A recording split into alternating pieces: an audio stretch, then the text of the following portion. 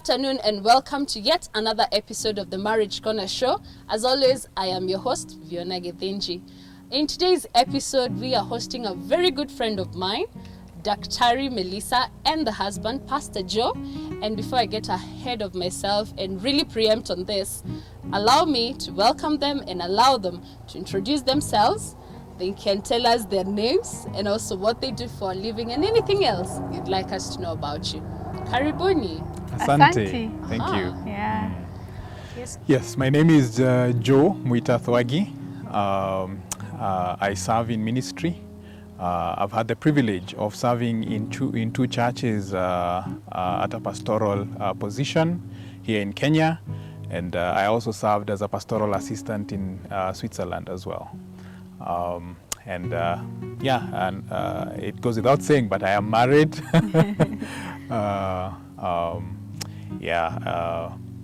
We're blessed with one daughter, Olive. Wow, okay, nice. Okay, and my name is Melissa Mwita.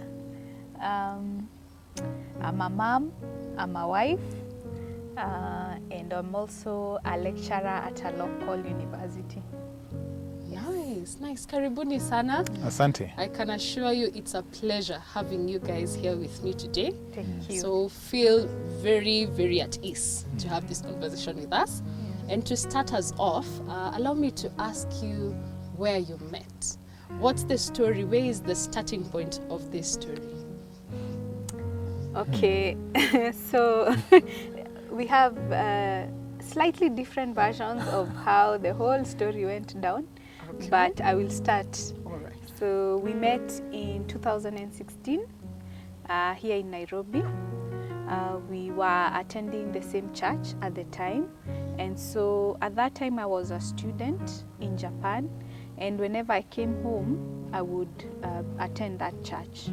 And Joe also happened to be attending the church. And while I was on one of my visits home, I went there, and that's how he saw me, and then we started talking. So that's where we met in church. Yeah. All right, Joe, what's your version? So I'm the local boy who I remember the date. It was May 8th, 2016. That was a Sunday, and I saw her in the service. And I asked her for her name. And then at the time I didn't know that she was around just for a short while. She had come for a 6-week research period of 6 weeks. And so, but at the time I didn't know. I knew that after the 3rd week is when I knew I had like only 3 weeks to sort of do what I needed to do. But just not to give a very long and extended account, I saw her. She was very much on demand because she was only coming once in a while, maybe once a year, and so everyone wanted to speak with her every Sunday. So I was a new guy at the church. I didn't have a chance, quite frankly. So what I did is that I asked one of her friends to call. This is the second Sunday. I asked one of her friends to call her for me, which she did, and that's how we began talking. The first conversation was a bit uncomfortable for me. Every guy has planned out what to say, but I think she also had her defense mechanisms. Right, and it was a bit, it didn't go as planned, let me just put it that way, both because of the way she was responding at the time, and as I said, she was on demand, so even as I was talking to her, other guys want to, guys and ladies want to come and talk to her, so the interruptions and all that, over the course of time, we were able to speak maybe 2 or 3 times during that 6-week period. Oh, okay. I think I can add some Please do. Yeah. So when he approached me that Sunday, he did it in a way which came out, I don't know, it rubbed a few people the wrong way, me included. And so he wanted to apologize for how he did it. And he asked our friend for my number so that he could at least apologize for how he called me. He should have used, a better way. So when he asked for her number, she, I think, mistook one digit. And I think because he didn't want to call, he instead texted a very long message, but to the wrong person. So it's like, oh, I'm so sorry because of how I approached you. I should have used a better way. And it was like a whole paragraph. And he sent to this person. And the person, I think, read the message. And did he call you? Yeah. He called and asked, are you okay? Like, this guy is in trouble because of the long apology he has sent. Yeah, but that was an interesting bit. I'm very interested in how he did it for him to apologize. What did you do wrong? It wasn't something wrong. Not wrong per se. Yeah. Wrong. Yeah. I think when I sent her friend to call her, she was speaking with some of the older ladies in the church at the time. And then, so you can imagine, everyone is like, why are you coming to fetch her? To come and talk to, because she was in the middle of a conversation, which no doubt was important. So what's more important, that she has to be plucked out of the meeting. Yeah. So I think that, and also the fact that when we were having our conversation, she was, not so forthcoming. I felt there was a bit of tension, and, I thought it's probably the way I called her. That was a problem. So I wanted to apologize. So I asked her friend to give me her number. So that's how things led to that. So you sent it to the wrong number? Yes. Then what happened after that? You sent it actually to a guy? Yes, it was a guy. Oh Lord. Pick up from there. Yeah, so the guy just calls and, he's very concerned, are you okay? Who is this? He says, no, you sent me a text, a very long text. But I'm not Melissa. But I'm not Melissa. And so I'm like, I'm so sorry. But but are you okay? I'm okay. I think I'll just sort things out. And I think that was it. With guys, there's not much, to talk after that. Yeah. So but it was sorry. Sorry. Did you finally get her number, like within the same 6 weeks? Yes. So I called her friend. No, in fact, we spoke on Sunday, the following Sunday. Melissa was not there. She had traveled to her home. So I called her friend aside and asked her, why did you set me up? You gave me the wrong number. So she told me, no, I gave you the right number. And so when I showed her, she realized that she had given me one digit wrong, because she sent me a text. Rather than copying the contact, I think she just wrote it down and gave one wrong digit. Yeah. So please take us through to the next time you're talking to Joe. How is it after you've put up your wall of defense and you're not into this thing? When did you let it down? So he mentioned that I had traveled to Nyeri. Yes. And then I think at some point you called after you got the right number, because now him sending the wrong person the text, I didn't know of. He just told me much later that this had happened. So he got my number and then I think called me. You called me while I was on my way and just said, now I think he chose to speak it out rather than text, because so he just said I wanted to apologize because of how I approached you, and I said it's not a problem, it's okay. And I think after I came back from my my home in Nyeri, he asked if we could meet or something. I can't remember clearly. But time for me was running out. I was quite busy trying to get back to organize my travel arrangements back to Japan. So we couldn't meet per se. And I don't think I was in that mental space to meet, because I didn't know him as much.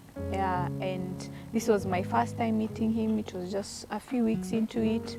So I think the next time we actually talked was the last Sunday before I traveled back to Japan. Yeah, so what happened that day, now he already has my number, but we weren't really like communicating or anything. So we were just talking with friends at church, and me bidding people goodbye, and we had stayed up to, it was quite late, and when people were saying, okay, they want to leave and go home. He said, he called a couple of friends, and then he said, now because Melissa is going on Tuesday, why don't we pray together? Why don't we pray for her travel and her going back to Japan, that God may be with her?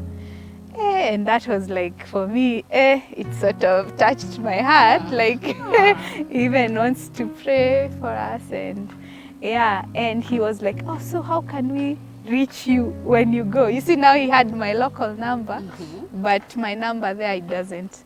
So at the time there was a WhatsApp group for the church. I said, my contacts are there. I just said it Evo too, like there was no like get my number there and talk to me, no. But for him it was clear, like tick, you can contact me. Yeah, so that's how he contacted me when I got back via WhatsApp. Okay. Yeah, so maybe he can take it up from there.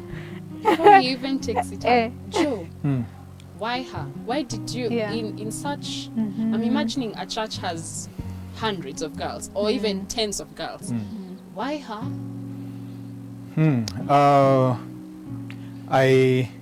First of all, of course, I was attracted to her physically.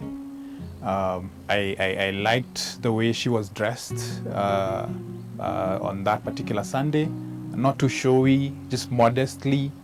And when I got to talk to her and ask my friends also a bit about her, I was impressed. So for me, what was important is she a Christian?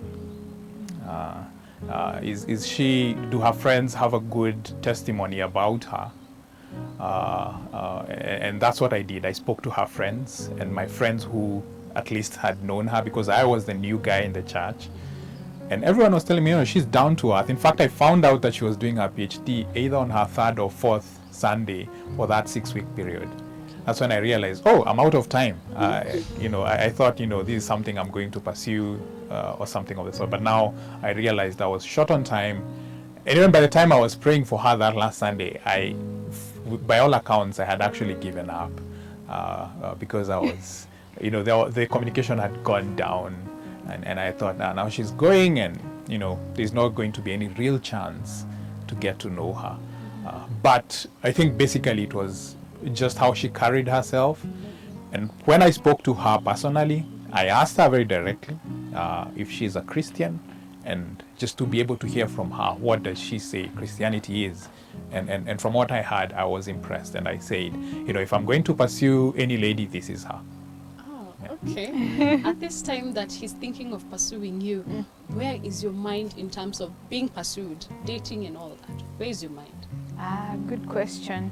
Actually, before I take you back a little bit. Okay. So the first Sunday we met, he mentioned, what happened is that a lady friend of mine, another friend now, had a question, a kind of a theological question. And she was like, there's this thing that has happened this week and I need to ask someone about it. And then she was like, I'm going to ask Joe because that guy knows his Bible. So, of course, I never knew a Joe. That was the first time I was hearing about Joe. So she went, I said, okay, you can go and ask him. Then when I was just passing by, I found them discussing, just in the church hall. And she's like, grab a seat. Let's hear what the Bible has to say about this. Of course, not to like atikumsifu sana ama nini, but it of course left an impression that this is someone even other people trust to bring questions about the Bible too. And I think that also left an impression in my mind. So yeah, that was one of the first impressions I had of him. And when I joined them, he was really trying to tackle the issue biblically, and that was a good thing. Yeah. And now back to what you've asked about where was I. Oh, so I think at the moment I was a student, as I mentioned, in Japan. I was doing my PhD. It was supposed to be my last year. So I had come to do like a final data collection. And it was a very, very busy time for me. I was so overwhelmed, I would say. So yes, of course, at the back of my mind, I wouldn't have minded to be in a godly relationship that would lead to marriage, but I don't think I had the capacity to handle, you know, the demands that come with a new relationship and all this. So I wasn't quite ready. Yeah, and Joe was coming in as sort of someone I've never met before, and then I felt he's quite forward, so that made me a little bit uncomfortable. Yeah, but with time, he proved to be genuine, and I think that's how I got to warm up to him. Yeah. Okay. Yeah. So 6 weeks in Kenya, you guys get to meet 2-3 times in 6 weeks. Okay, that's interesting. Yeah. For a forward guy. You didn't try harder to get to meet her, take her out or something like that? Well, for starters, again, I'm the new guy in church. I have no history about her. I had some rumors that there was someone else who in the church may have been interested. So I didn't want to, how can I put it? You don't want to be that guy who gets it. You know, your friends sort of, you know, if they had seen her before, you know. The other thing I think was I myself had been struggling whether this was the right decision. So the first 2 or 3 weeks for me were weeks of struggle, weeks of prayer. So that now when I decided to find out, and now when I was finding out, oh, she's actually come back to Kenya for 6 weeks and she's going back to Japan, now that's when I had started really, you know, saying, okay, I think I'm going to give it a shot. And that's why our interaction, also because she traveled for at least 1 week, and another week I think some guys had organized a bash for her. So that Sunday also we didn't get to speak. I think on a Saturday. Yeah, Was but it? yeah, Yes. you were invited, but you were not comfortable to come, Right. because he wasn't sure. Yeah. Yeah, if he should come. Right. No, to the party. Yeah, Yes. it was just a group of friends. Like I was about to leave, so from the church they said, let's meet together and just play some games and talk. So, but I think Joe was like, I'm not sure I should come because of what's going down. Yeah. Ah, okay. All right. So you guys have this, I'll call it a rocky start. It's not smooth. It's Yeah, not it's not as you really want it to smooth. be. Yeah. When does it get better? How long after? Because by now you're going to travel back to Japan. For how long were you out, and when did this get a little bit smoother for you? Okay, so when I went back to Japan, I think it was a week later or a few days later, now Joe texted me via WhatsApp and he's like, just let us know how you're doing, if you let us know how you're doing, if you arrived safely. And I said, yeah, thanks for asking. I arrived safely and I'm doing okay. And I think there was a bit of quiet there, but he was still wondering, how do I go forward with this? And now happened that call which I made. Okay. So it was just quiet, but he was on his side. Even me, I was like, I'm not still sure. He was thinking, how do I go forward? And then one day, I think I was just, now Japan and Kenya are like 6 hours. There's a 6-hour difference. So the sun rises earlier there. So my 9 a.m. is like, is it 3? Yep. Yeah, it's 3 a.m. a.m. in Kenya. Okay. So I don't know what I was doing on my phone. I think I'd, just morning I'd woken up and I'm scrolling my phone, checking WhatsApp and all. I don't know. This is my version, but Joe will differ. I was seeing people who sent me messages and maybe I was checking his profile or something, I don't know. And I hit the call button. So before I realized, I'm like, imeshaanza kupiga. Okay. So if nikizima, if I cut, it will look weird, like, maybe I'm stalking him. It's better I wait for him to reply or to take it, and then I say, sorry, I called by mistake. Now, when he took it or he picked it up, I started, oh, pole, it's 3 a.m, ameamka. I started saying, oh, aki pole, I just dialed by mistake. He's like, oh, okay. And how are you? He didn't waste the opportunity. How are you doing? Ulifika poa? Nini. And we talked for an hour. Yeah, we talked for about an hour. And you can imagine it's 3 a.m. Me, I'm waking up trying to do things, but we talked for an hour. And for him, that was like, now I have a chance. Yeah. So, but he says, I didn't dial by mistake. No. Well, in God's providence, I called. Maybe God worked it out in that way, but yeah, it was really by mistake. But yeah. Joe, what's your version of that one? The details are correct, but I think for me the issue is whether she dialed by mistake or not. The questions I have, when you dial someone's number on WhatsApp, you have to be on their profile. So Cynthia, that's why it was awkward for me. So I think for me, I think God works things out well so that she could call. And as we say, one good turn deserves another. So she's the one who had called the first time. So I think about 2 or 3 days later, I decided to call her just to find out how she is. And she picked up my call. Of course, during our first conversation, I established the time difference. So I also established the times that she's busy so that I could find out the best time to call. So that's what I did the next time. I think I called again. It was maybe my 2 a.m. And her morning, maybe her 8 a.m. Yeah, so I just called and she picked and we spoke maybe for about 3-4 hours the second time. Whoa. Yeah. Okay. I won't go into details of what you guys were talking about the second time for 4 hours. Right. But apparently now it's gotten better and smoother. How long will you be in Japan before you come back? At that time? So at that time I had about 10 months?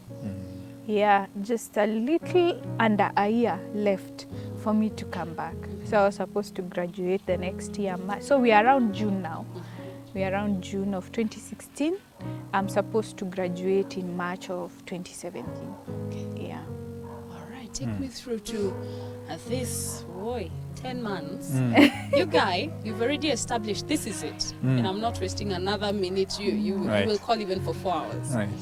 Is your heart settled by this time that it's a safe zone to be pursued? What I was thinking is that this seems worthwhile to give a chance. Yeah, because of the way Joe approached me and the way he just seemed interested in me as a person, not even the stage I am in life or the accolades or whatever. He just wanted to know how I am and who I am. And so I would say I was opening up slowly, but I was also struggling with it because it seemed a bit abrupt. And I'm far away, and I don't know what course my life will take after graduation. Will we be in the same place? Will we be able to, come together in terms of choosing the direction of life? And I think at the time I was 27 years old, and I was thinking I don't want to be in a relationship and then a few months down the line now we are breaking up and it's back to square one. So I felt it's better to just take caution rather than, you know, get to that place and then you have to deal with breakup and things like that. Yeah. So I would say on the one hand, the person, the way he's talking to me and approaching me gives me a bit of confidence, but I'm also cautious because of my stage in life, and you know, I don't know how things will go here. All right, so the 6 weeks are over. She goes back to Japan. Please take me through this 10 months that you were away. What was happening in between there? Did you, take me through those 10 months up to and until you come back to Kenya? Okay, so I think we continued talking on and off. Yeah, but as I said, I think he was also trying to figure out in his heart whether he should go forward with this. And then there was the phone call that happened, and that opened the door for communication. Yeah, and I think a few weeks later, now we are heading into July, he now asked me if I could consider being his girlfriend. Yeah. So at the time also there was someone who had shown interest in me, but there were some fundamental differences in terms of our Christian belief, and so I wanted to settle that first. So I told him, okay, I don't think it's possible, and put that at rest. And now I felt more at liberty to now give Joe a chance, so to speak, and see where this would go. Yeah, so after he had asked me, in fact, he had sent me a message saying, I will let you decide, and I leave the matter to God, but I am pursuing you for a wife. I'm not doing this, you know, this is not a test drive, this is mchezo. Yeah, so when he sent me that message, I told him, give me a bit of time so that I pray about it and consider. And I think 2 weeks later, I was like, yeah, I think we can go forward with this. Yeah. Right, so 2 weeks later you pick up. This is now still in July? Yeah, so it's like we're now heading to mid of July, end of July. End of July, yeah. Yeah. And you guys start officially dating via WhatsApp. Yes. Yeah. So your first date is on WhatsApp. You would say that. Okay. So what Yeah. changes after you've accepted to date him? Is it the conversation? Is it the calls? What changes after that? I would say frequency. So the calls are now daily. Wow. The time that we are spending, because we recognize that we are thousands of miles apart. Yeah. So we would spend sometimes up to 8 hours on call. WhatsApp was a very cheap option because I would spend about 50 shillings if I was spending a lot of time, like 8 hours. But on a regular day, it would be much less than that. Yeah, so the frequency, I think in terms of now it became daily. I started asking very direct questions, wanting to know her family members, how she's grown up. And now we started discussing things with a view towards marriage. So things like finances, our future, how many children, those kinds of questions now were what we were discussing, and of course getting to know her daily schedule and the things that happen in her life daily. I got to know her friends in Japan, at least by her telling me about them, her classes. At the time it was even more research, so more about her research as well. So those kinds of things, I think, were what we were now discussing on a daily basis. Yeah. After the 10 months, do you come back and now have a physical date? Okay, so what happened around November, December, I was having a bit of challenges with my PhD, because it can be quite tough. And it became apparent that I might not finish within the designated time. So this was calling for an extension. And so, of course, we had to discuss it with Joe, and also had to look at what options I had. So I thought it's wise that I extend so that I can finish well, even though it was gonna be tougher. And so we thought if we are going to extend, the option was also to like do a 1-year extension. So that was going to be difficult for us and our relationship.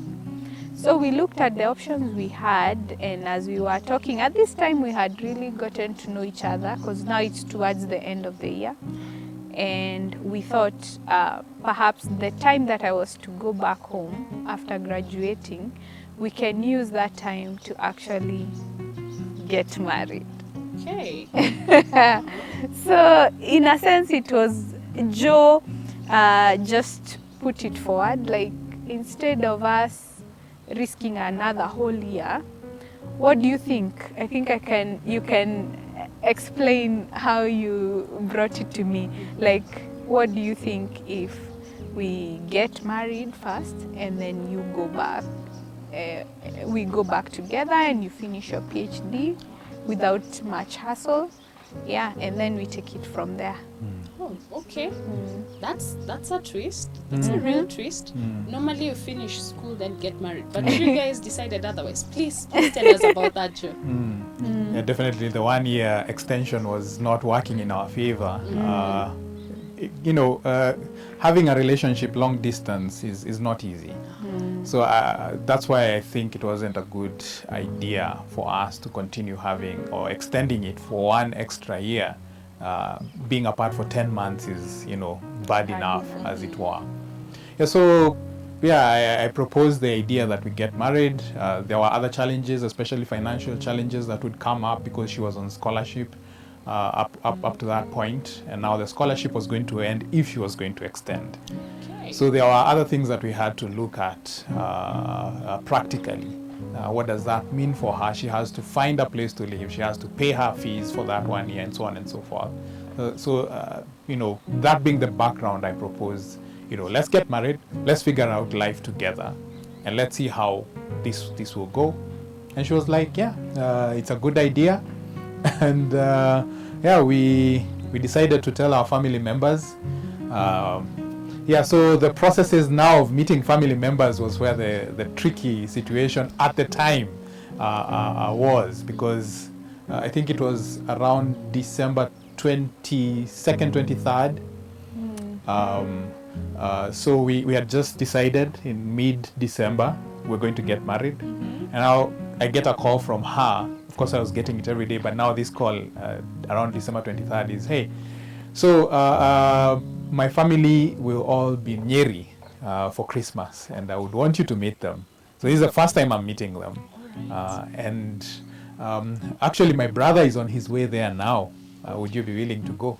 So it's about 6:30, 7 a.m. in the morning in Kenya. I'm thinking, okay, it's now or never. So I said, okay.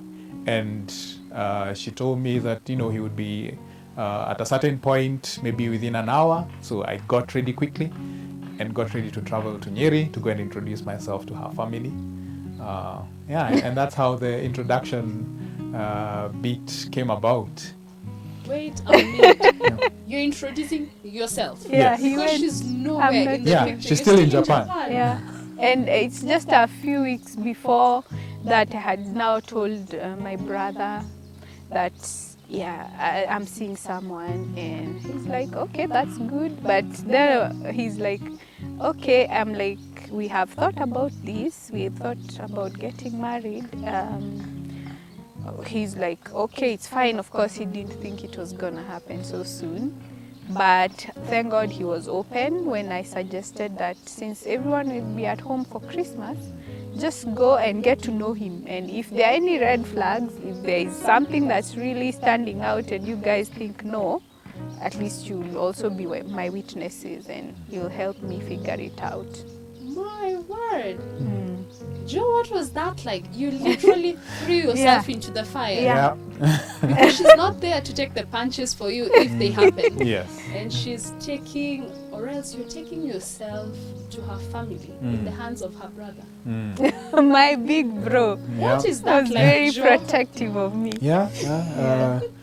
I think her big brother had he had worked as a journalist for some time, so he knew how to quell down tension and such situations, and it was very helpful because we were traveling from Nairobi to Nyeri in his car. He picked me up, and he was with his family. I've actually written a whole blog about that journey, going to Nyeri, and how he has 2 kids, and the kids were, one I think was 2 or 3, and the other one was about 6 or 7 at the time.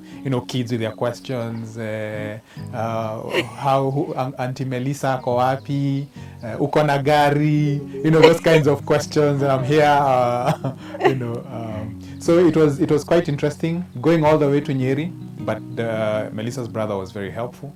When we got to Nyeri, the whole family was there, so I met this group and some neighbors, so it was like 20 or so adults and many kids.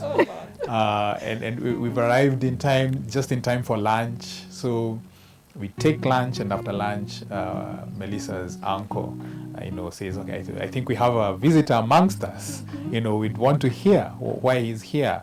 Caspar, I've seen you're the one who has come. Caspar is was Melissa's brother.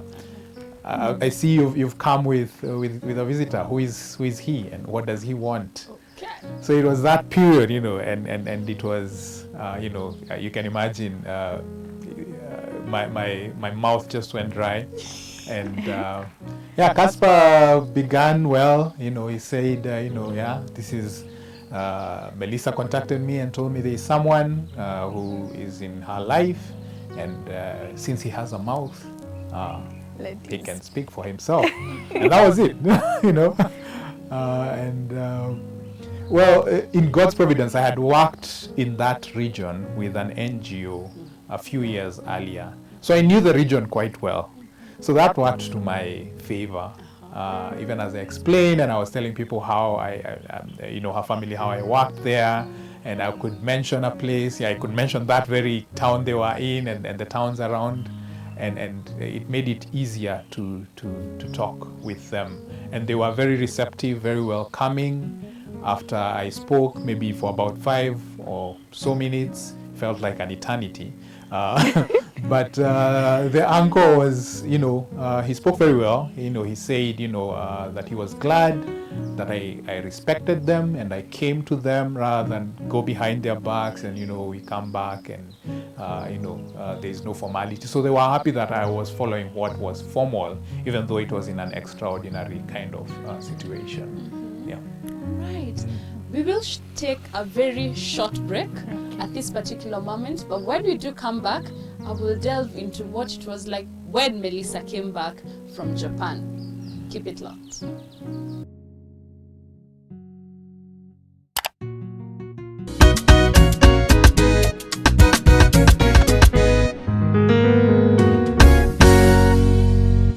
A very warm welcome back to the second half of this episode. I'm still with Joe and Melissa Mwita as they take us through their journey. And so far we have established that Joe actually took himself all the way to meet Melissa's family. We'll pick it up from there and he can tell us how it all went down and what challenge surely came up with that. As I can expect, it wasn't a smooth journey. So back to you, Joe. You've met the family by yourself. Right. 101 questions, I can imagine. Yes. So after you explained yourself and your 5 minutes of eternity happened, how was it after that? Did you continue? Of course you continued, that's why you're here. But how was it for you after that? Well, as I said, the family was very accepting generally, given the circumstances. They asked serious questions. Her brother in particular asked me questions alone, very serious questions, and which I appreciate. And there were other people who are concerned. My family as well, they had questions. They haven't met the girl. Who is she? Why so quickly? Because we had decided at that point, we had decided to get married when she was to come back. The initial date was at the end of February of the next year, and we're in December. So we have, something like 2 months to our wedding date. We involved the church at the time that we were working with, and many other friends. And we started the committee meetings. Sometimes I used to joke, and I would say, there is her photo if you want to see her. Yeah. You know how committee meetings are. Both parties have to be there, but she was still in Japan because she was scheduled to come back. I believe it was February 1st was the date that you actually came. You traveled and came back, right? Yeah. So we had only 1 month in which we were now to know each other, from a very close distance, that is in the same environment. So there were some challenges, definitely, with some friends and many other people who doubted the genuineness of this. There was quite a lot of opposition to the wedding itself. Many allegations were made. At times, the allegations went overboard, I would say. Many people went beyond their jurisdictions. Everyone has an opinion, and everyone wants you to do what they want you to do. Okay. They don't take into consideration that we actually have spoken. We had spent months thinking about this, preparing for this. And this was the time.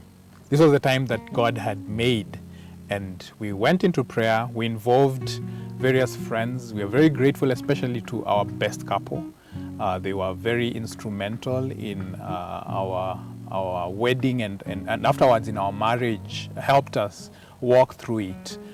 They were very helpful, very understanding. In fact, at first they were the ones with the questions. But later on, when they understood the circumstances, they were very welcoming. And Melissa now came back at the beginning of February. I went and met her at the airport. I went with one of her friends. We met her at the airport, received her. At the time, her family people were a bit busy, so that's why most people could not come. So she came in, and the date she came in, we went to Sharia House immediately to register the wedding, because we had a 2-month window. If she was going to go back, which she was, she had to go back at the beginning of April. So we had only February and March for us to have our wedding and our honeymoon and, a bit of life here in Kenya, as it were. Yeah. All right, so you do come back. Yeah. But before that, how's your heart? Honestly, planning for a wedding, how many miles away? Yeah. That must be something. How's your heart through this in a nutshell? Yeah, it was, I think perhaps even at the beginning I could have underestimated what goes into planning a wedding. So at first we'd thought of doing, the way you go and do the one at Sharia House, and then later on you do like the big white wedding. Yeah.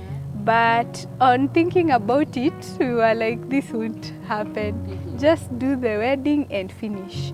So we decided to just plan a wedding and like something we'll do once and get over with. Okay. So it took a lot of time. I think Joe did a lot in reassuring me. We had friends who came on board and supported us. And also just praying about it and trusting God. I think that really helped to encourage me, especially during the very intense months of planning. Yeah, so I must say it wasn't easy. Yeah, but I think most people can attest to that, even if their circumstances were different. Yeah. All right. I won't even try to go into those details, but I understand you. Yeah. So you get to the date. When is this date? When did you set the wedding to be? So we had set it at first at the end of February, which I think was 26th or 25th of February. And later on we changed it to 4th of March. So that's when we actually did our wedding. We changed it to 4th of March. And yeah, that's when it happened. Did it have a Japanese theme to it? Yeah. How was it, by the way? Yeah, it was a very colorful day, actually, because I love the color orange. Joe loves green, so we mixed green and orange. So it was very bright and beautiful.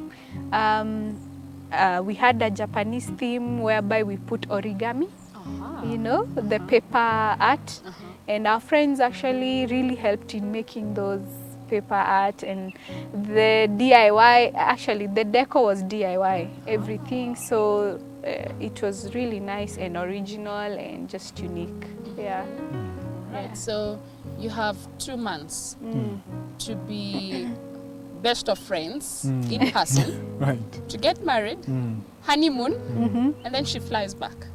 Did she actually fly back in April? Yes, she did. Oh Lord.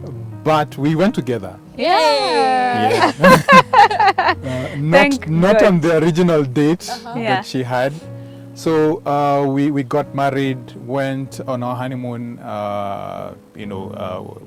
We were very grateful. We got a good deal for our honeymoon, and it was very nice. Came back to life for about a month, and now that period was the period when we began now the process of applying, especially for me, because for her it was certain she was to go back.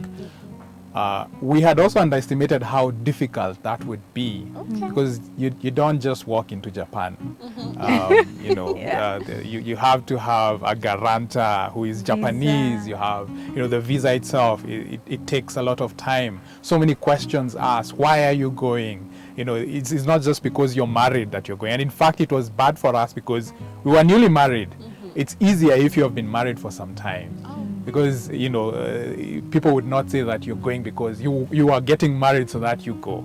So even at the embassy they had questions, and we had to show even photos, I think, of our wedding, that it was an actual wedding, so such things. I think, but in God's providence we were able to get people who helped us, especially I think the church where Melissa used to go to in Japan. They were very instrumental in me going to Japan. And the visa came in about a few days after, or a few days before when she was scheduled to fly, but I could not get my flight up until maybe a week later or so. So what she did is she just postponed her ticket. Of course, you'll find maybe $100 to just postpone the ticket to a future date, which now we flew together. Yeah. So Joe, does it mean you literally had nothing else in Kenya? Where were you? Kuoa, and you head out. Did you have a life back here? Right. I mean, at the time she was my life. But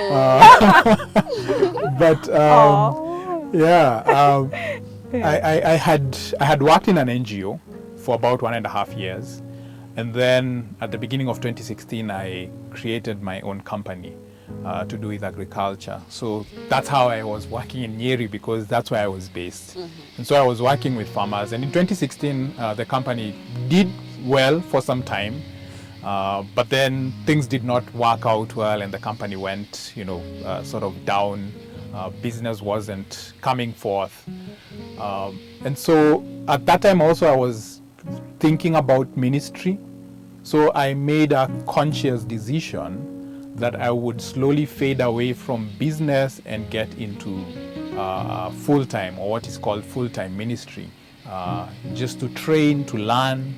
I didn't even have ambitions of being a pastor at the time, or rather I didn't think it was going to happen soon, but I just wanted to be involved in ministry. So up until this time, I was involved. So 2016 when she came, I was partly involved in the company and in ministry, but as time went by, I became involved now in full-time ministry. So when we are going to Japan, it's at that time when, that transition period, I'm not so sure what the future holds, but I can see a future in ministry in the church. So off to Japan we go. Yeah. So you guys are still in your honeymoon in Japan. So how do you adjust to new country, a wife, a new life, a culture. What was all that like for a newlywed? Did it disturb you? More so, Melissa, you've had this life by yourself in Japan, then now you have these other responsibilities. What was that like for you? Yeah, it took a lot of adjusting to do. Yeah, because I had my life as a student and a single woman where I had the freedom to do my own things at my own time. But now I'm coming back still as a student, but as a wife with more responsibilities. And so I had a lot of adjusting to do in terms even of my mind and how I schedule my time and how I plan my things so that I can accommodate the new responsibilities. Then also there's Joe, who is coming into a new culture, into a new environment. So there are things I would take for granted. Like I was quite accustomed to the language, even though I wasn't fluent, but I could understand most of the things. So there are many times we would go somewhere and I'm communicating with whoever and I'm forgetting that Joe is not getting anything. And it's like, oh, what did she say? What did he say? I'm like, oh, now I have to translate, you see? Now I have to listen. Also, it's a bit of a struggle for me. And still I have to at least bring him on board so that he can be in the conversation, he can understand. So that was also difficult. And of course, school was still ongoing. And I still had to finish school because I'd put in a lot of time in it, and I think it was important that I just finish with it well. Yeah, so I must say it took a lot of adjusting, not easy at all, but God was gracious. Yeah, He preserved us even during that transitional time. Yeah, and we were somehow able to accommodate each other, even though it was causing conflict here and there. Yeah, because of the change in environment, change in culture and all that, especially for Joe. All right.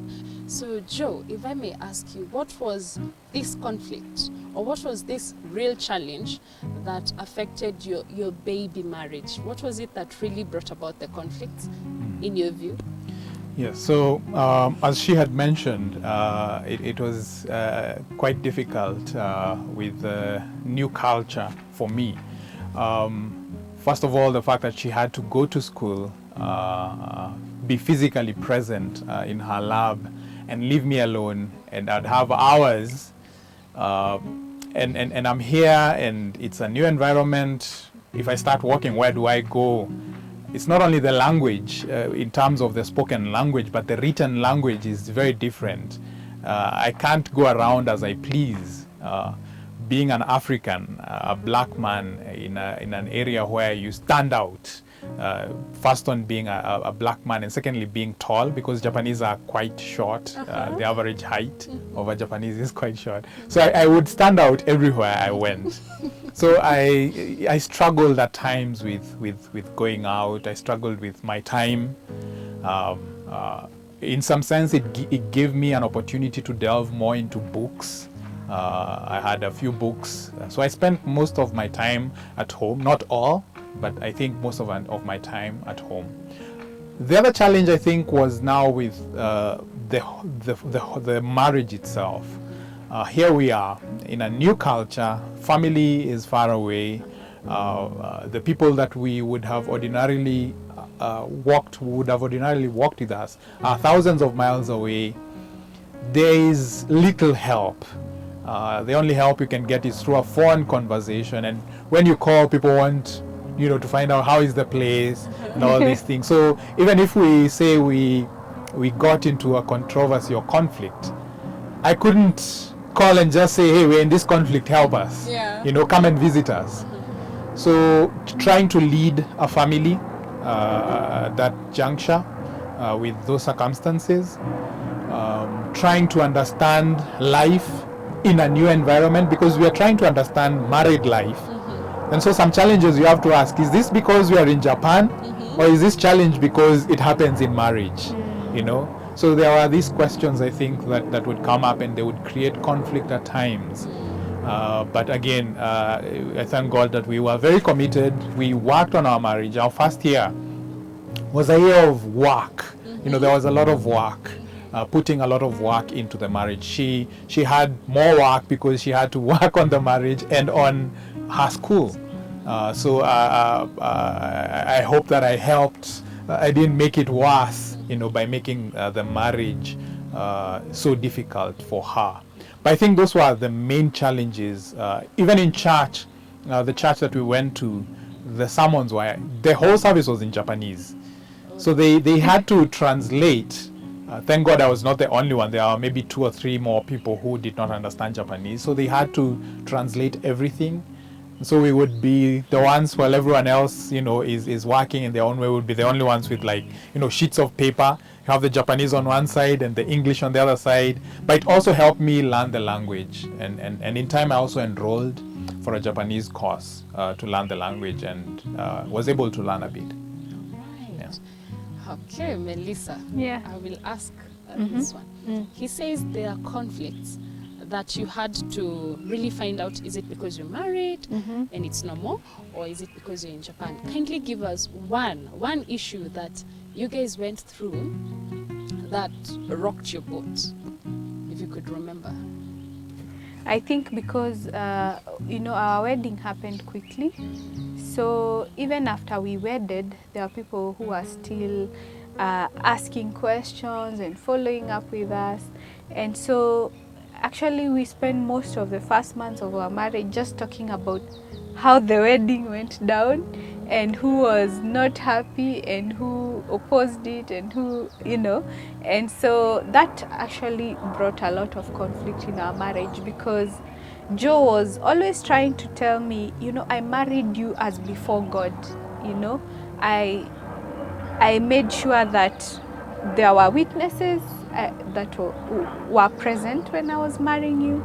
I didn't do it kama nimejificha. I was open, and I don't know why you are believing other people more than believing me, what I'm telling you, that I love you and that's why I married you. Yeah. And so I would always be having these questions. Oh, what if we would have done this? Oh, what if and so is unhappy? It's like, okay, you need to stop telling me about other people. You need to focus on your marriage, because this is your life now. Yeah, but it took me a very long time to get over the things that happened just before the wedding and during the wedding. But I think that was one major source of conflict.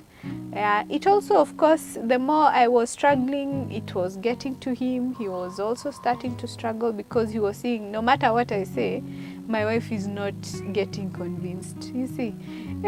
So, but I think it took about a year for us to actually reconcile with those things that happened and trust God for our marriage, really. Yeah. Okay, so 1 year is done. You've had your conflicts, you've had your resolutions, you're making it now. Yeah. When does baby Olive come in, and what are the circumstances around that? Did you guys plan to have a baby immediately? Did she come immediately? Did she not? What was that like? Okay, so we wanted to wait a little bit, you know, at least before having a baby. But I think after 1 year elapsed, we were ready to now have a child. But as God would have it, it took a little bit longer. And so after I finished my PhD, a year later, now we are in 2018, now came back to Kenya. Yeah, and now we were settling here and we wanted to have a baby, but as God would have it, we would wait another year for baby Olive. Yeah, no, we would wait another 2 years. It wasn't until another year that we now knew we were expecting Olive. Yeah, so when baby Olive was coming, we had actually moved out again of the country. Okay. We had gone to Switzerland, where I was doing some postdoctoral research work. Yeah, so we moved to Switzerland in September 2019, which was another major adjustment for us. But this time we were together. This was a new place for both of us, so we were all learning. It is now another language again, which is French, not English. Yeah, and I'm here pregnant, and I have to deal also have to be a wife. I have to now also prepare to be a mother.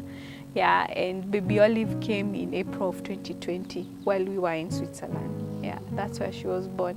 Awesome. Yeah. Okay. At least you had some time to just be the two of you. Yeah. Do your studies and all that. All right.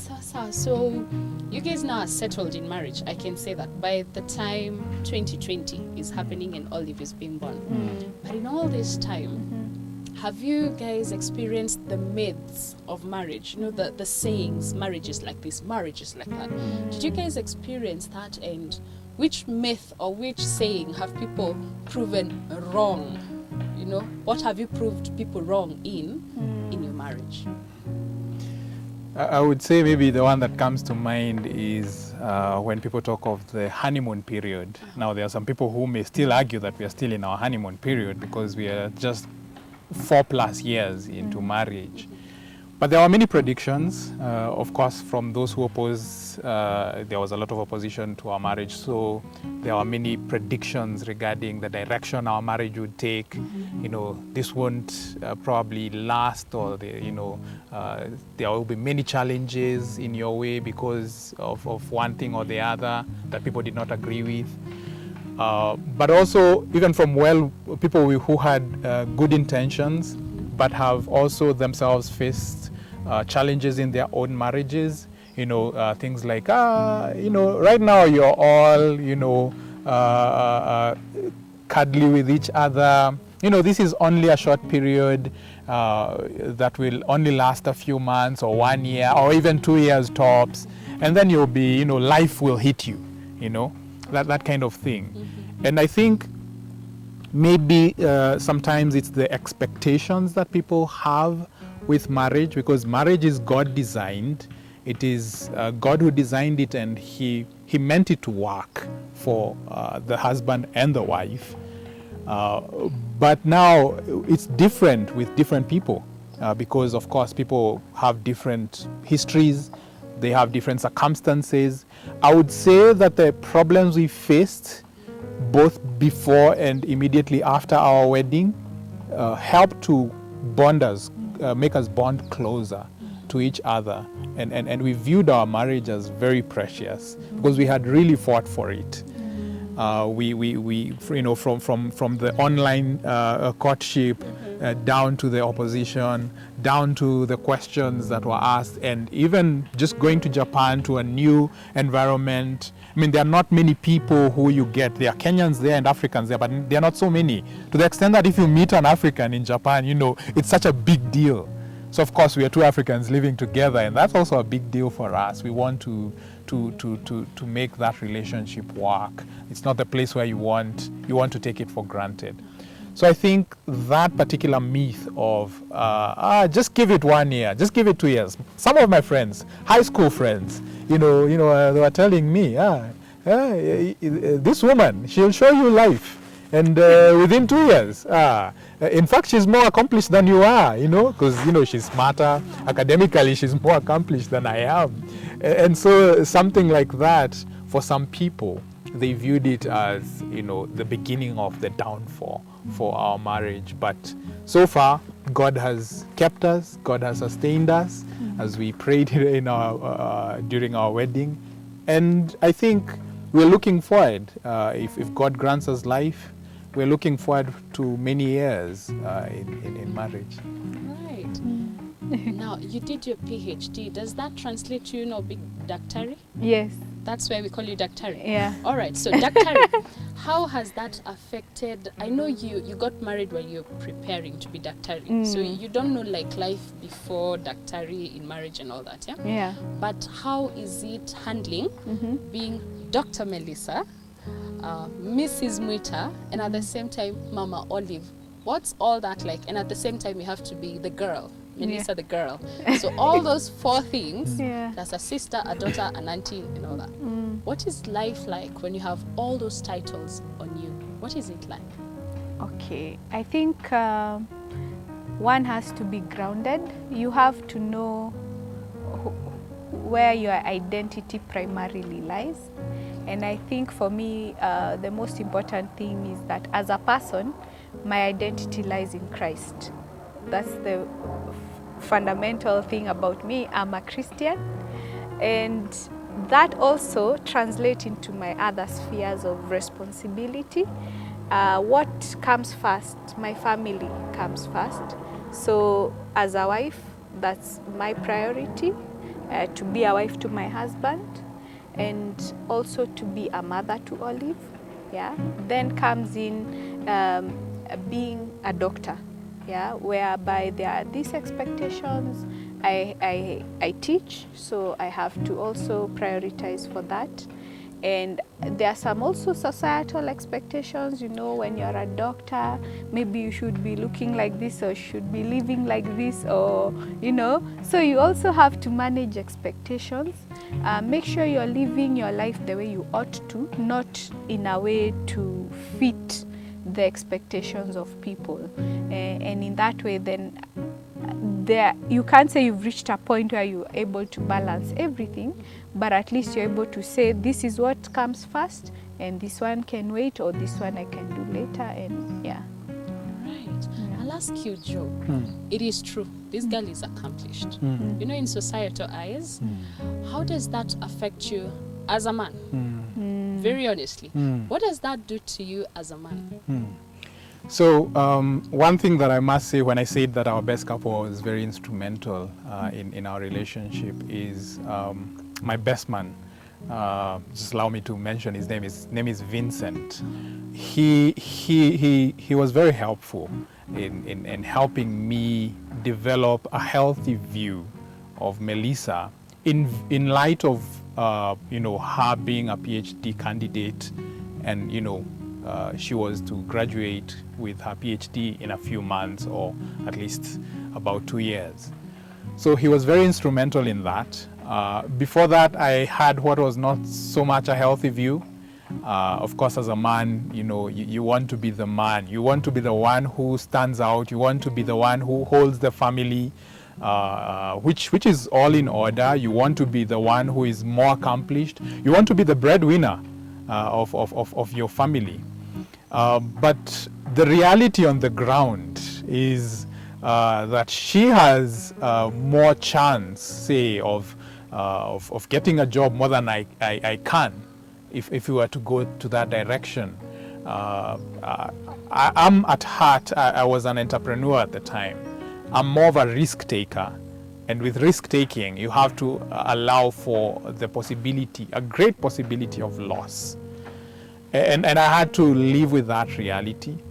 So if a situation arose, which it did arise, where she was the one who was earning and I had no earnings to my name, I had to live with that, adjust with that, and love her as my wife, and support her, and actually encourage her in her work without feeling threatened as a man. That is not to mean that I was sitting lazily. In fact, I used to say my daytime job is finding a job or finding something to do. It's just that they were not forthcoming, and that's a reality for many people in our country, sadly.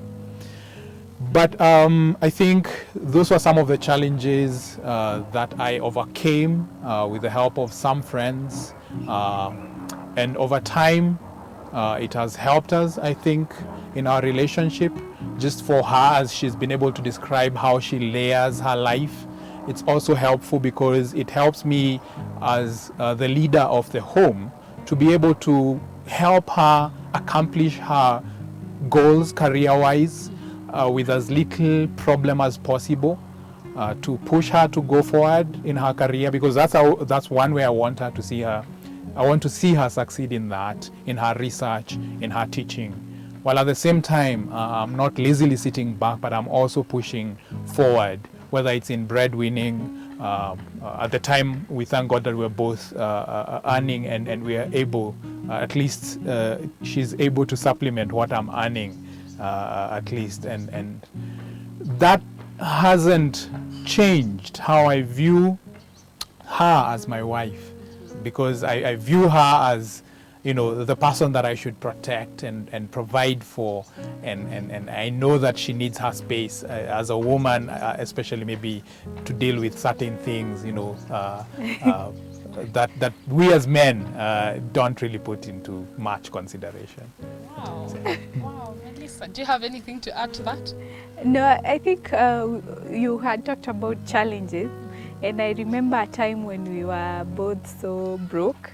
Like when we just came back from Japan, and I'd been so tired from the PhD. Yes, I had the papers, and when you come back to Kenya, you assume, no, because I have a PhD, they'll even come knocking at my door asking me if I want a job. But that wasn't the case. So there was a time when both of us didn't have jobs, and we were really struggling even to pay rent and even, you know, provide for our basic needs. At some point, Joe's shoe, okay. Go on. At some point, Joe's shoe was so worn out that alikuwa nenda inaingia matope, like inajaa matope ndani na maji. So like his socks would always be wet, you know.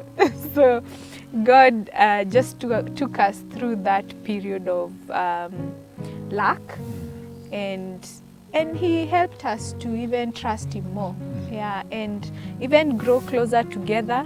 We didn't have jobs, so we had more time with each other to spend. In God's providence, we didn't have children at the time, so it was also easier. So just, you know, two adults, you know, you can manage together even if you don't have money.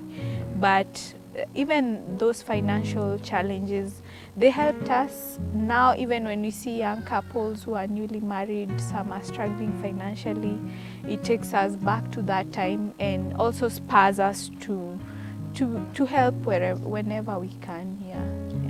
Beautiful. I know we are nearing the end, Yeah. but I must ask this. What's that practical thing that you do with your finances that has kept you to sin? Now that we have the accomplishments in mind, what's the practical thing that has worked for this marriage this far? Joe, maybe Joe can take us through that. Yes. So I think a number of things again, but the first thing is definitely being open and transparent with one another. I think I've made it a practice. You know, she knows all my passwords, contrary to how the world, you know, tells us, you know, don't let that lady have all your passwords. But she knows all my passwords. She has access to everything that I have, and vice versa. So being open and transparent is the first thing. The second thing is communication. We make it a point to talk, to communicate, to discuss, to budget. Many times, you know, things sometimes don't go according to budget, so rebudgeting and adjusting the budget and things like those.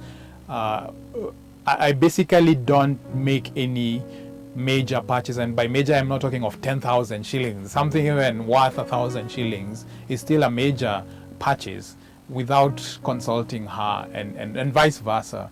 And so maybe if you're buying airtime, 200 shillings, you know, that's something you need. But definitely you don't want to get to a point where you're buying so much airtime that it affects the budget. So things like those, I think, practically have helped us in our planning, in our budgeting, in our spending, you know, what to say no to. There are things we both want individually, but, you know, we need to say no to certain things. Is this a priority? Right now for our family, we have to think of Olive. Are we going to invest? How are we going to invest in her future? How are we going to do that financially as well? So these are things that we have had to think about.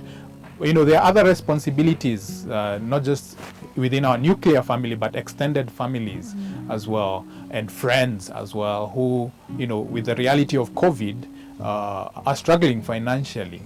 And in God's providence, we are at a place where we don't have much. We have definitely a limit, but we are able to help some of our friends and family members, as they were also of help to us when we struggled, when we had months of arrears in rent, and they helped us as well. Awesome. You guys are coming out as quite the cute couple. Oh. Cute couple, like, wow, okay. What's the cute so couple? You've been there, Yeah. Right. then you're slowly coming up. So, or else I I don't know if it's slow, but you're coming up, Mm. and that's just cute. And I really appreciate the fact that you've had your down moments. So maybe that also helped you to really have a bond. I can't imagine what would have happened if she just come back and got a job and she's being paid hundreds of thousands. And you guy, you're still down there, you know, financially. So I really am grateful for that. But as we come to the end, sadly, what is that? Maybe Joe, you can tell us the 3 things or 4 that makes this girl exceptional for you. I'll switch the question to you, so prepare. And you prepare. Yeah, I would say first of all, her devotion and love to God is something that I've communicated publicly so many times. I'm a Christian and she's a Christian as well. But her devotion to God, I would say at times I view it as surpassing mine. She's humble. She has a Christ-like heart, considering various circumstances. She's very considerate. She's not the kind of person I want to hide from when I've sinned, or when I've done a mistake, or when I've made a foolish financial decision. It's not that, of course, she'll be affected. She will be, but she's very considerate. So for that, I'm very grateful to God for her, for that in itself, and that's something that God has formed in her, aside from me and also with me being in the picture. So I'm very grateful to God for that in her. The other thing is definitely she's a loving wife and mother, which I think doesn't get as much credit as it should. She has sacrificed a lot in her own life, in her own career, in her own decisions, in her own wants, what she wants in life, for me and for our daughter. And I've seen these things, and these are things that you want to see in life. This is the kind of person I want. This is the person, not just the kind of person, but this is the person I want, to be with in life. And finally, I'll also say, she knows how to reconcile. So definitely every marriage has its own conflicts. Sure.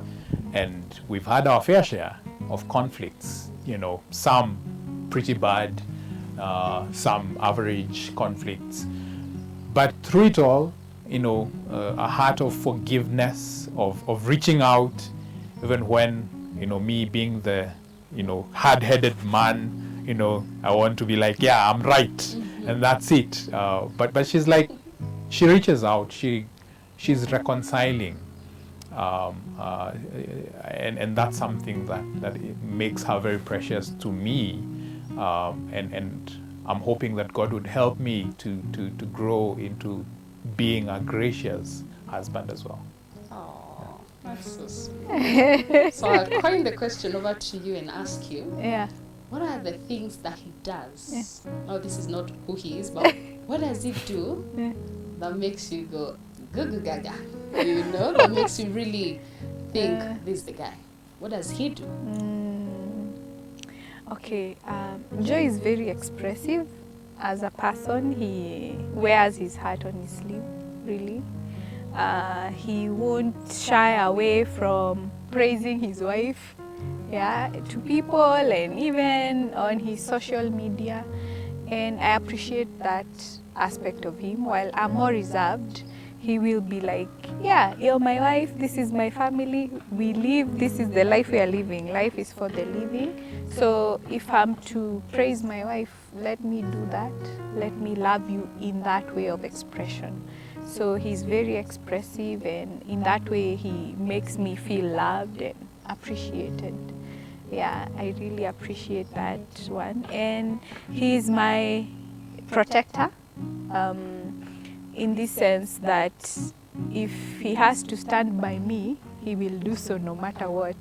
Like, he will defend me even against, not against, if need be, even from family, if they are coming too close, or not coming too close, or interfering, or crossing the boundary, they shouldn't. He will stand by me. Like, he will always be like my wife first, and then we deal with the other issues. Of course, if I have also done something wrong, he will confront it, but I always know that he's like a defender for me. Yeah. And what else?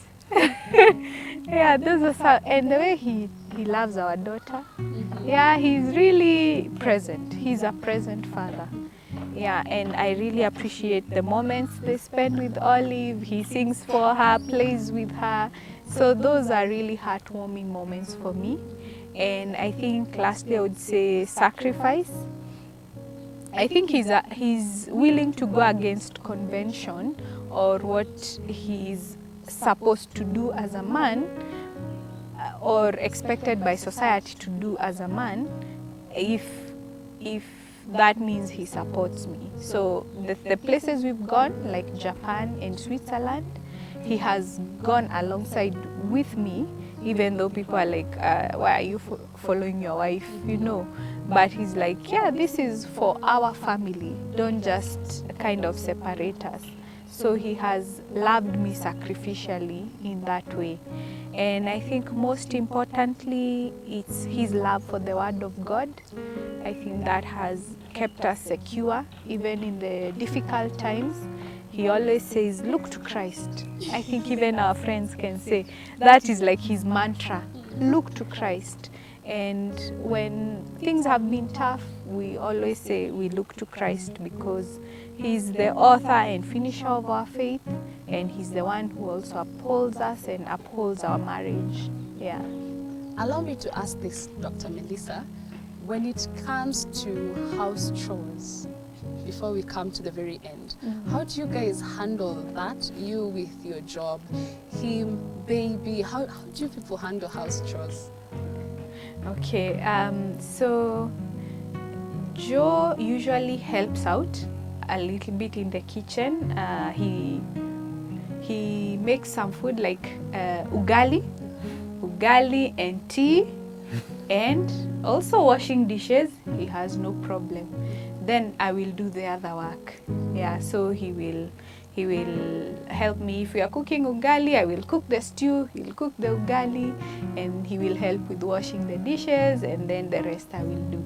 But he's also good with the baby. So if I'm busy in the kitchen or doing some other work, he will always be happy to stay with Olive, play with her, and he's very good with the baby. So yeah, that's good. Joe, how is that for you? House chores, baby work, babysitting. How does that all go with you? And how did it even start for you to start taking care of baby? Yeah, I mean, this is family, this is marriage. At some point you have to, to decide how involved you want to be in your marriage. Many people, I think, have the notion that marriage is just two people coming together. We both have a paycheck. Let's take care of the bills and let's live together. And whatever comes in the marriage, children will come and all these things. We'll cross that bridge when we get there. But, know your lane. I'm a man. I never step into the kitchen. You're a woman. You never bring the paycheck. Those kinds of things that society has. Now, in general, definitely, I would say that, women have proved to be very good workers at home. And that's a good thing. It's a thing to be proud of. But it's not so exclusive that, me stepping into the kitchen is something bad. So I've had to step in, especially because of our circumstances, to help out. When Olive was born, I had to do everything for some time. I didn't do it so well. She does it better, but I tried. I put my heart into it. Yeah. As Olive has grown, I've been there with her. I think I was remarking the other day. It's only one. I had taken a friend to go and introduce themselves to the girlfriend's family. and because it was so far away, we were not able to come back. I think that was the first night that I was away from Olive. Just about a month ago. Yeah, so I've been in her life, and I plan to be in her life, God willing, until death. Yeah. I think I remember when Olive was just about to be born, Joe contracted COVID. Just a few weeks before Olive was born, and so he was quite unwell, and I had to do everything. But now, when just in God's providence, when she was just about to be born, Joe began to recover, and by the time she was born, he was feeling better, but not completely. But he's the one who had to do most of the work at home, and he put his heart into it while taking care of the baby. We were in a faraway country, away from family, and with all lockdowns, even friends could barely come in to help. So we had to do everything by ourselves, but he really stepped up and helped me in that. Yeah, and of course, he said he can't do it perfectly. So for him, if he's cooking, let's focus on the food. Dishes later. So I would find like dishes have pangad a line from here to there, but he's like, is everybody full? Okay, we are happy. Dishes later or something like that. But yeah, he really helps whenever he can. Yeah. Right. I'm so loving this cute couple. Wow.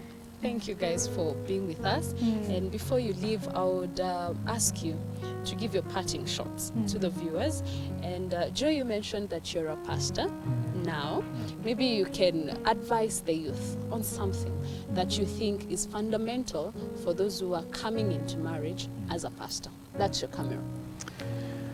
Well, what I would say to young people who are coming into marriage is, first and foremost, character development, especially for those who are believers. Know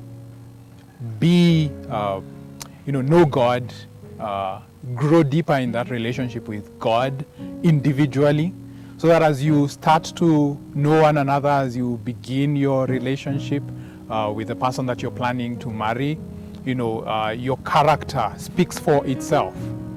Do not try and be something you're not. Guys, don't try and go and get big things to impress the lady, trying to show off, whereas that's not your life.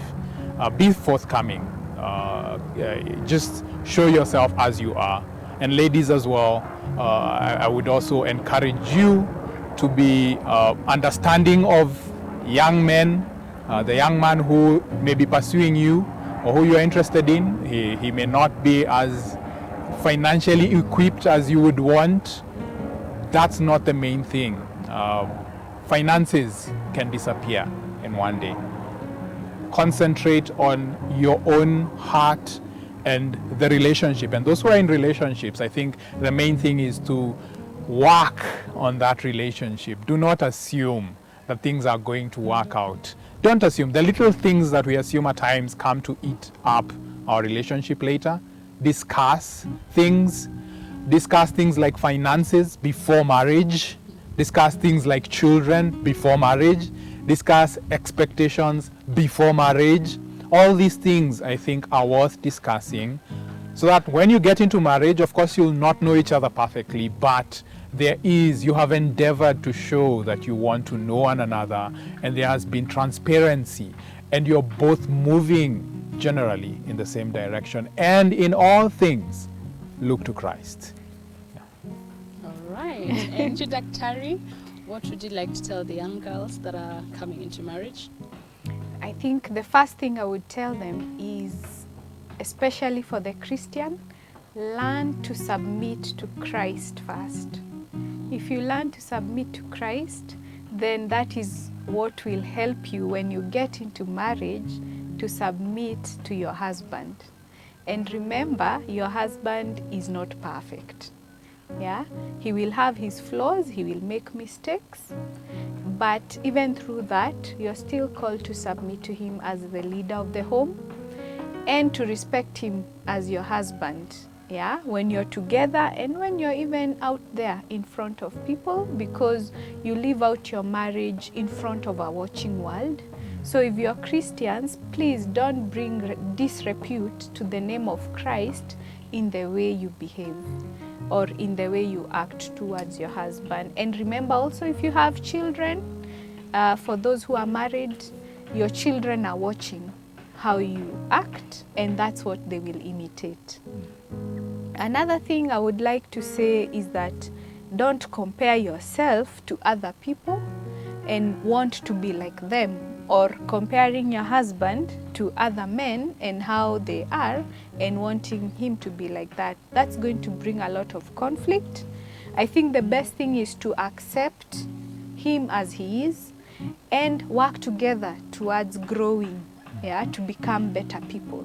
Yeah, and everyone is growing, whatever stage of life they are in. So give room, give allowance for that growth, and see this person blossom to be who God wants them to be.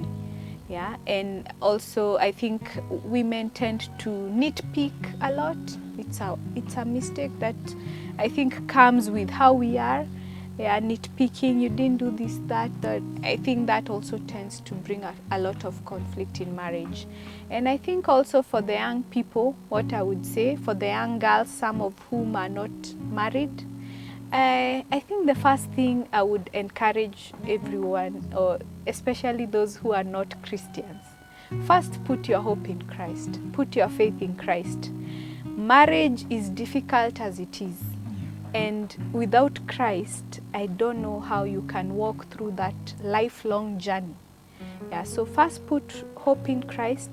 And if you're looking for a husband, look for a godly partner. How can two walk together unless they agree? They cannot. So look for a godly partner, grow together so that you can bring up a family, bring up godly offspring who will be used for the glory of God. Yeah, that's what Wow. I'm lacking words to end this because I have this feeling that there's so much more we could have talked about, but time has run out on us. And so this is it, guys. This is the end of our episode. And until next time, I am your host, Viona Gethenji, and thank you so much to our guest. Thank you so much, Melissa and Joe Mwita. I had a great time. Asanteni sana. And you guys, until next time, kwaheri.